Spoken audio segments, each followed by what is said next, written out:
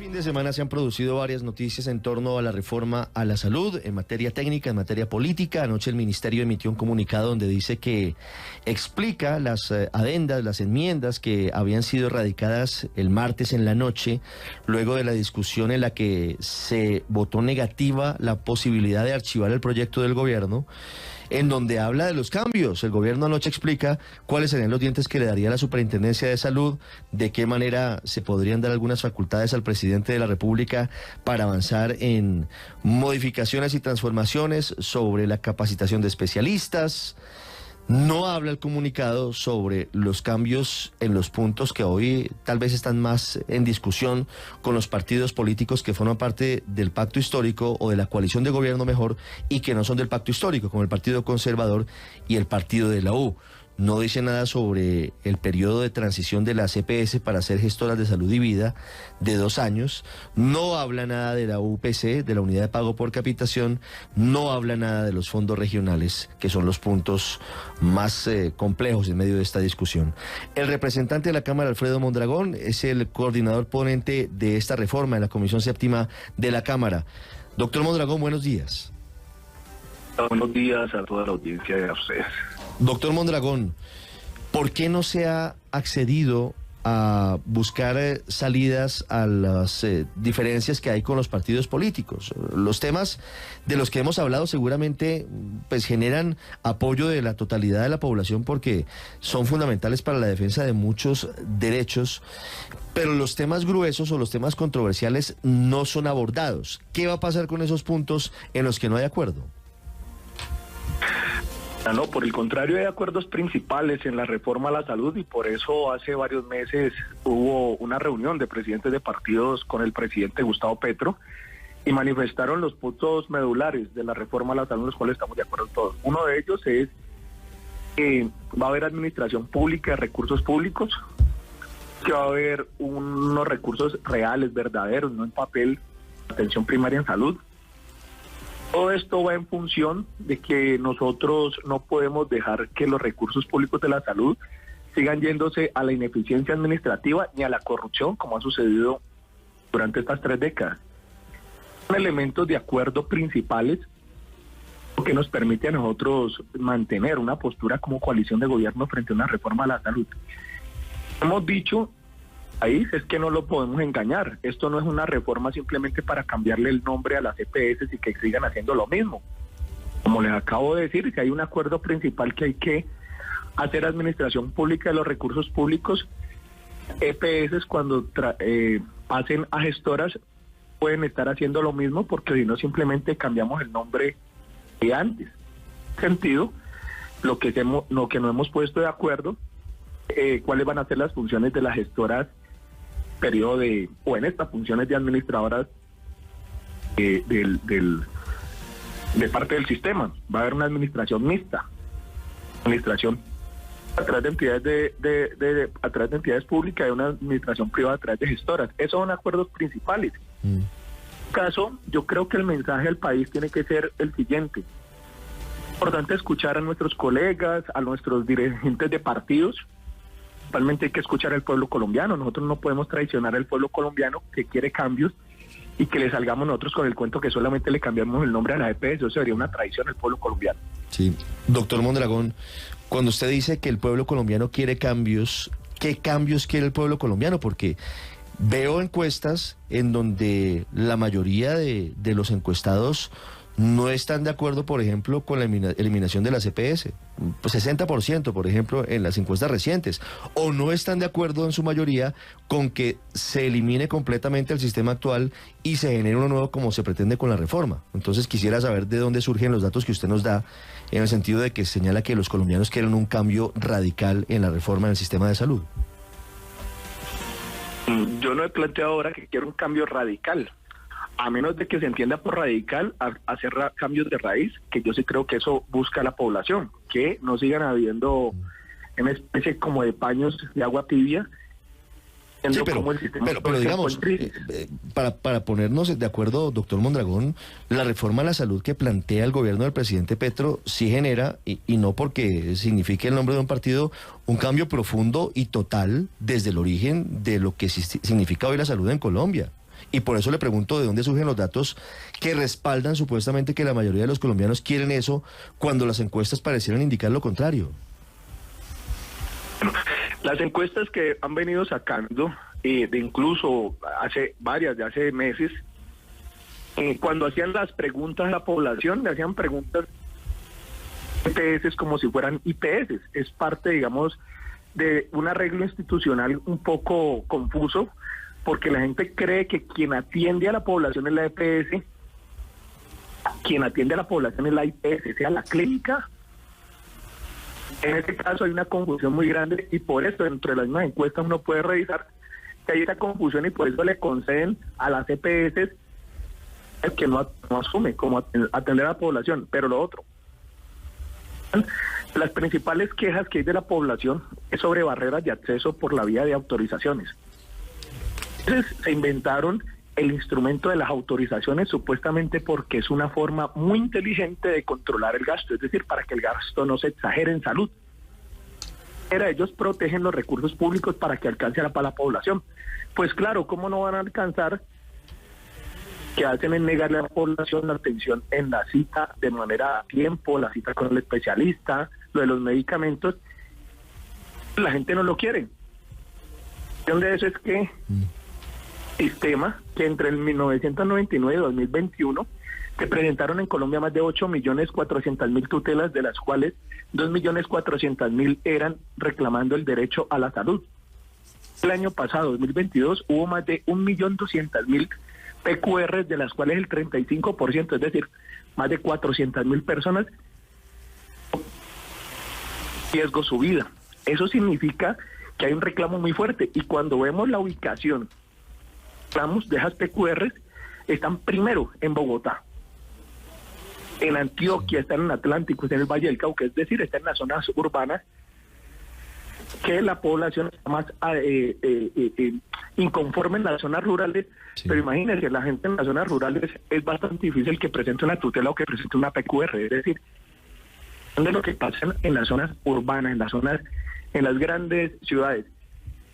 La expresión, o cuando yo me he ido muchas veces, no sé ustedes, sería bueno que fueran, es de madrugada, EPS, a las 3 de la mañana, 4 de la mañana, mujeres mayores para poder pedir una cita o para pedir medicamento. Sí, no, de ahí saco los datos que acabo de decir. Le quiero decir que familiares míos han hecho esas filas. Yo he hecho reportería haciendo las filas, personas cercanas han tenido que hacer esas filas, pero doctor Mondragón, lo que están planteando en la reforma a la salud es regresar al modelo anterior, que básicamente tenía los mismos problemas. En el Seguro Social ocurría lo mismo, en los hospitales de calidad ocurría lo mismo. ¿Por qué ustedes consideran que estatizar la salud va a solucionar los problemas que hoy tiene el sistema, como evidentemente tiene el sistema? Plantear de que estamos volviendo a pasar lo del Seguro Social es un espantapájaro que no tiene mucha sustentación, y les voy a explicar por qué a la ciudadanía. Recuerden que el Seguro Social da atención en salud básicamente para cotizantes, tenían una atención básicamente cotizantes, pero en el desarrollo de los sistemas de seguridad social en el mundo, y sobre todo con base en lo que definió la Constitución Política de Colombia, el Seguro Social fue mucho antes, décadas mucho antes de la Constitución, ¿no? Sí, era el sistema nacional de salud, doctor Mondragón, y los trabajadores cotizaban en el Seguro Social y el servicio era lamentable. Exacto. Y los colombianos que no cotizaban, que eran la mayoría, tenían que acudir a los hospitales de caridad y tenían que llevar la gasa y tenían que llevar el hilo cuando tenían que cogerles puntos, o tenían que llevar los medicamentos porque el sistema era lamentable.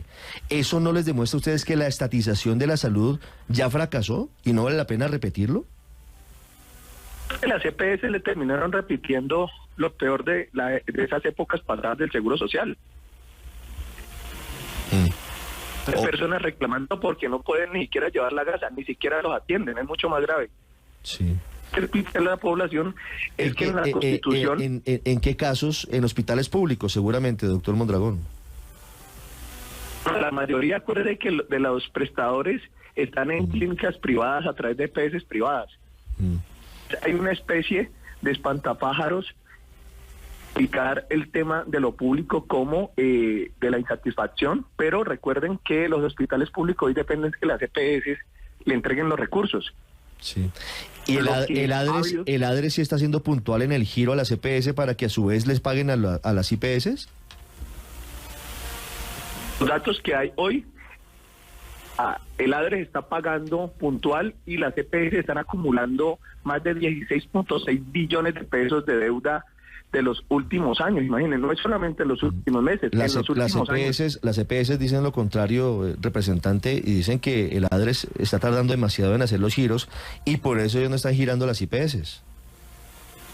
Estos días en un debate de control público a las EPS y ninguna pudo demostrar esos patrimonios negativos que no cumplan con condiciones de capital mínimo, patrimonio adecuado, régimen de inversiones, a costa de que el ADRES no les gira. Lo que sí pude demostrar es que tienen los peores indicadores financieros y tienen pasivos impresionantemente negativos, es decir, pasivos, no me pudieron decir lo contrario. Yo no he visto un documento donde me demuestren eso que tú me estás diciendo. Yo estoy trabajando con documentos oficiales, sí. Pero ahorita les quería explicar a la población que es muy importante. Recuerde que la Constitución de 1991 es la que plantea que la salud es un derecho que debe ser universal del Estado, que define otras fuentes de financiación que se materializaron en la Ley 100. Es un elemento de avance que hay que reconocer. ¿Por qué? Entonces solamente a cargo de quienes quieran cotizar, pagar por eso, a disponerse unos recursos que es del Sistema General de Participaciones y del Presupuesto General. Sí, doctor Mondragón, lamentablemente... Solamente los cotizantes, sino a todos los demás. Lamentablemente estamos perdiendo la comunicación, se nos va la onda, lamentablemente, y por eso no es ideal el sonido de María Camila. Tal vez hagamos la última pregunta. La última pregunta, doctor representante Mondragón, sobre las cuentas que tienen a estas alturas. ¿Cómo están sus cuentas? ¿Cómo están los conteos, los votos en el Congreso con este ambiente alrededor de la reforma a la salud? Una ponencia mayoritaria de 6 de 9 ponentes, lo cual nos daría a nosotros hoy una posibilidad muy grande y aspiramos a que podamos conquistar la mayoría de la coalición de gobierno. Estamos trabajando para eso, porque finalmente lo que estamos diciendo es que aquí estamos no estatizando, sino que aquí se sostiene en más de un 90% con recursos públicos la salud en Colombia, y si esa es la perspectiva, fortalecer el sistema de salud público en Colombia, en ese sentido creemos que el Congreso no le puede dar la espalda a la ciudadanía. Seguimos trabajando en eso, se presentaron más de 320 proposiciones en los últimos días. Hemos venido haciendo una enmienda que tuvo en cuenta más o menos 220 que se habían dado, digamos, a tiempo, y vamos a seguir trabajando en las demás proposiciones que se han venido recogiendo y que seguramente van a llegar más, pero creo que estamos llegando a acuerdos importantes para avanzar en la reforma a la salud. Doctor Mondragón, antes de despedirlo, no sé si tuvo la oportunidad de leer la columna del ex vicepresidente Germán Vargas Lleras en El Tiempo ayer, donde dice que el gobierno está entregando burocracia, cita incluso las entidades del Estado en las que supuestamente estaría entregando puestos el gobierno a cambio de que los partidos apoyen la reforma a la salud. ¿Qué opinión le merece esa denuncia del ex vicepresidente? Pues yo diría a Vargas Lleras que el que las hace las debe hacer, porque él ha estado siempre en el curubito del poder y pareciera que no entiende otra manera ese tipo de procedimientos y los chantajes electorales. Además de la columna, también escuché la intervención, fue hasta Cali para ir a hacer una chantaje electoral porque cree que de esas maneras indebidas es la manera como funciona la política. Yo creo que Vargas Lleras hay que decirle, esos tiempos de la vieja política están pasando, que deberíamos permitir que nuevos liderazgos, incluso el partido de él, permitan que puedan participar de la vida donde corresponde, de la vida democrática y discusión que es el Congreso de la República. Así que la verdad es que me sorprende los llamados desesperantes de Vargas Lleras, porque pareciera más como un lobista familiar o de amigos que una garantía de la defensa de los derechos, del derecho de la salud de los colombianos. Sí. La verdad les digo, la prioridad no es satisfacer a Vargas Lleras, la prioridad es garantizar el derecho a la salud de los colombianos y no seguir protegiéndole el negocio de la salud a algunos amigos, o sean de cualquier tipo de partido o agrupación. Yo creo que la prioridad de nosotros debe ser la salud de los colombianos. Pero lo que dice Vargas Lleras es cierto. Si él lo sabe, lo debería hacer una denuncia de manera formal, ¿no le parece? Porque eso es muy grave. Lo que pasa es que a veces viven diciendo cosas y cosas y nunca se materializa. Yo le diría a Vargas Lleras que debería llevar eso a los espacios. Por eso tienen amigos en la Procuraduría, tienen amigos en la Fiscalía, tienen amigos en todos los espacios de poder.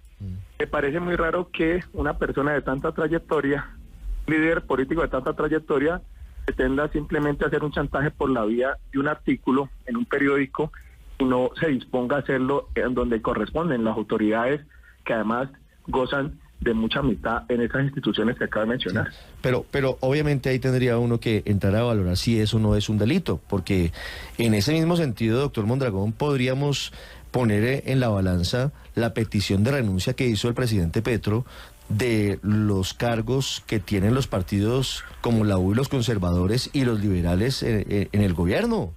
Tienen puestos, así funciona la democracia.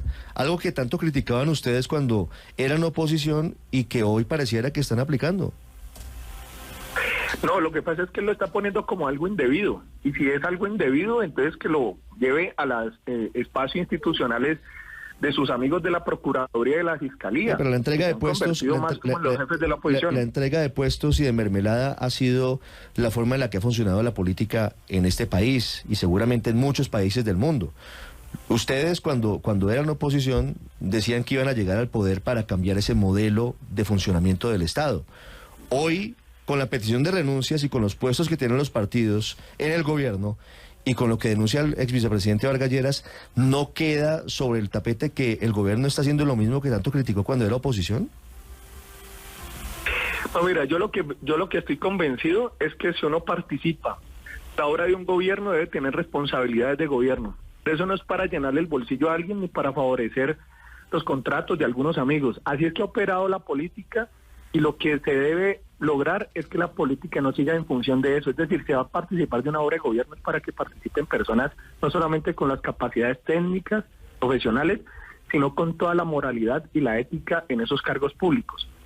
La discusión en este momento es que sí hay partidos que quieren participar de una obra de gobierno de manera burocrática, pero se abstienen de responderle al país por las reformas que el pueblo colombiano ha votado. Y yo creo que esa sí debe ser la discusión central.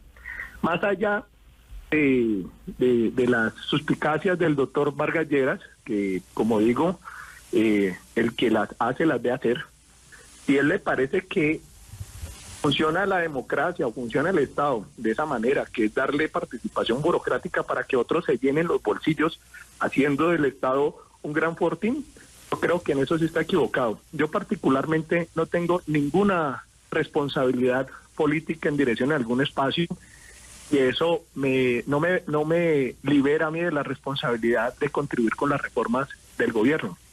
Pero si a Vargas Lleras le parece que cuando fue gobierno durante todo el tiempo, pues viene gozando de las mieles del poder todo el tiempo, es para asegurarle negocios, posibilidades de poder, para asegurarle negocios a sus amigos, pues me parece que es muy equivocado y eso no puede pasar. Pero los que estamos permitiendo llevar una obra de gobierno, contribuyendo a una obra de gobierno, deben corresponder también con las grandes reformas que está pidiendo el país. Yo creo que eso no es ni un secreto, ni es una exigencia indebida, es una postura de coherencia, porque para eso son partidos de gobierno. Sí, esa es una contraacusación muy brava, representante Mondragón, cuando dice usted el que las hace las de hacer, refiriéndose a lo dicho por Germán Vargas Lleras. ¿Tiene usted pruebas de eso? No, pues yo estoy esperando que él presente las pruebas de lo otro, ¿no? Porque me parece muy grave que él esté haciendo acusaciones, ¿cierto? Y que no las presente, él siendo un dirigente viejo de estar en la política, y que entonces ahorita nos quiera poner suspicacias. Pues si él la está viendo, será porque fue su práctica permanente. Así que yo espero primero las pruebas del señor para poder nosotros estar estableciendo aquí responsabilidades sobre supuestos posibles manejos non santos de la cosa pública. Yo creo que ustedes también deberían pedir a él como las pruebas de tantas acusaciones que le gusta estar repitiendo en eventos, en medios de comunicación y en sus redes sociales. Creo que es lo primero que debería pedirle al señor, que teniendo tanto poder, ¿por qué no va y presenta las pruebas? Pues verá el doctor Vargas Lleras si las presenta o no las presenta, está en su fuero. Doctor Mondragón, le agradezco mucho, que tenga un feliz día. A ustedes muy amables, siempre muy atentos y muchas gracias por la invitación. Blue, la alternativa.